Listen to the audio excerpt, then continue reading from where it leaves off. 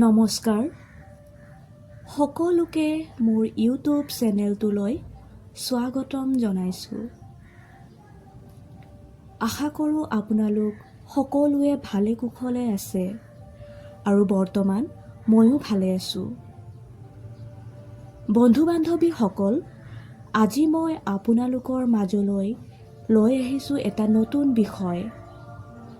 সেই বিষয়টো হৈছে গাইডেড মেডিটেশ্যন। এইটো এটা পুৰণা সপোনপূৰ্ণ প্ৰেয়াৰ, অৰ্থাৎ প্ৰাৰ্থনা বুলি যাক কোৱা হয় বা জনা যায়। আপোনালোকে গুগলত চাৰ্চ কৰিলেও পাব। তাৰে মই আপোনালোকক আজি এটা আভাস দিম। ইয়াৰ লগতে আপোনালোকক মই গাইড কৰি যাম।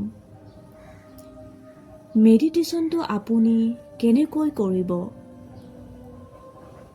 মেডিটেশ্যনটো আপোনালোকে প্ৰতিদিনে কৰিব পাৰে আৰু সকলোৱে কৰিব পাৰিব। গতিকে আপোনালোকে এতিয়া হেডফোন লগাই ল'ব আৰু লগাই লৈ পিনে মেডিটেশ্যন আপোনালোকে তাক যি ধৰণে মই নিৰ্দেশ দিম সেই ধৰণে আপোনালোকে আগুৱাই গ'লে আপোনালোকৰ মেডিটেশ্যনটো কমপ্লিট কৰিব পাৰিব। গতিকে আহকচোন আজি আমি মেডিটেশ্যনটো কেনেকৈ কৰে তাক জানো, বা কেনেকৈ কি কৰিবলগীয়া হয়। পৰৱৰ্তী অংশত মই আপোনালোকক জনাইছোঁ। গতিকে উপভোগ কৰক আপোনালোকে এই মেডিটেশ্যনটো। সপোনপূৰ্ণ প্ৰেয়াৰ হৈছে এটা পুৰণি প্ৰাৰ্থনা।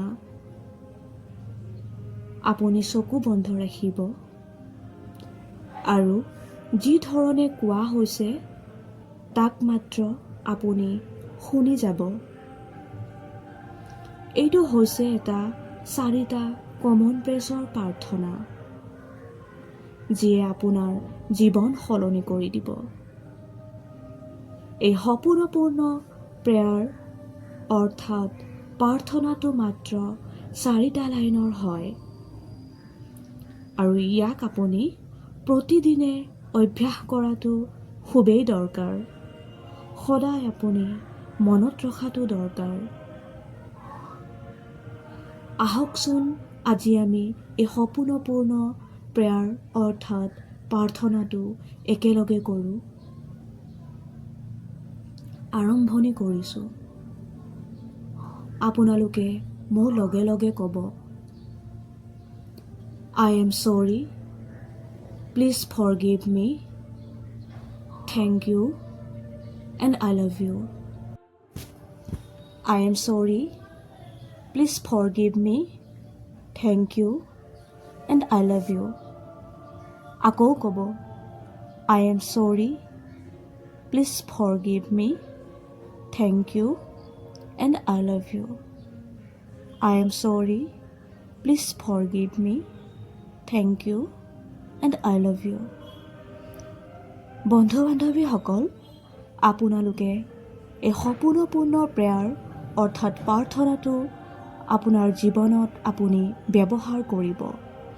চাব, সঁচাকৈ ই আপোনাৰ জীৱনটো সলনি কৰি দিব। সঁচাকৈ আপোনাৰ জীৱনটোত এটা যেন সঠিক দিশত আপোনাক আগবঢ়াই নিব। ভাল এটা দিশত আপুনি গতি কৰিব পাৰিব। আপুনি এই সপোনপূৰ্ণ প্ৰেয়াৰটো সদায়ে অভ্যাস কৰিব।